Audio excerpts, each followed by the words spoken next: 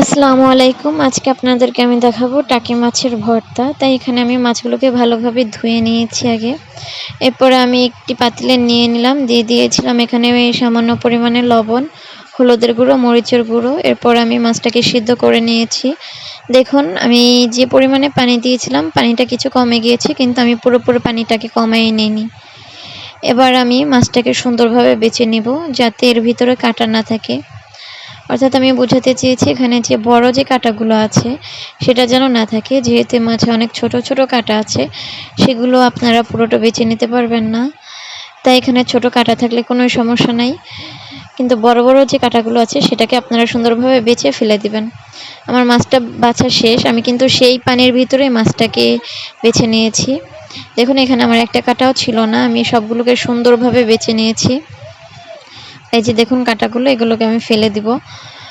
এখানে আমি একটি কড়াই নিয়েছি, কড়াইতে পেঁয়াজ কুচি নিয়ে নিয়েছি, আপনারা আপনাদের পরিমাণ মতো নেবেন। নিয়ে এবার আমি চুলোতে বসিয়ে দিয়েছি পেঁয়াজগুলো কুচিগুলিকে, আর মাছগুলোর ভিতরে আমি দিয়ে দিচ্ছি হলুদের গুঁড়ো, মরিচের গুঁড়ো, পরিমাণ মতো লবণ। আর এদিক আর দিয়ে দিয়েছি দুটো কাঁচামরিচ ভেঙে।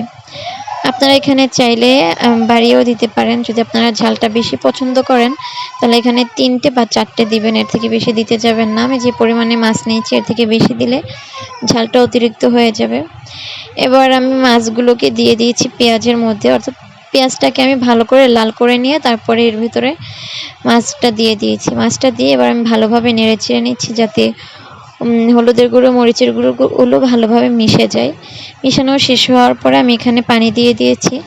যে পাতিলায় আমি মাছটাকে বেছে নিয়েছিলাম সেই পাতিলে ধুয়ে তারপরে আবার আমি পানি দিয়ে দিয়েছি মাছের কড়াইয়ের ভিতরে।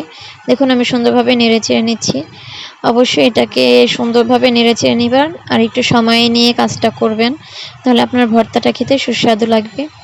এরপর আমি দিয়ে দিয়েছি এর ভিতরে ধনেপাতা কুচি। ধনেপাতা কুচিটা অবশ্যই দেবেন, একদমই মিস করবেন না। এবার আমি সুন্দরভাবে নেড়ে চেড়ে নিয়েছি। এই যে দেখুন নাড়াচাড়া করতে করতে এক পর্যায়ে দেখবেন যে আপনার ভর্তাটা কড়াইয়ের সাথে আর লেগে যাচ্ছে না, তখন বুঝে নেবেন আপনার ভর্তাটা হয়ে গিয়েছে। দেখুন একদম শুকিয়ে গিয়েছে পানি টানি সব কিছু। আর এই যে আমি আপনাদেরকে পরিবেশন করে দেখাচ্ছি, মাশাআল্লাহ দেখতে কত সুন্দর হয়েছে আর লোভনীয়। এটা খুবই দুর্দান্ত একটা রেসিপি, অবশ্যই ট্রাই করবেন বাসায়।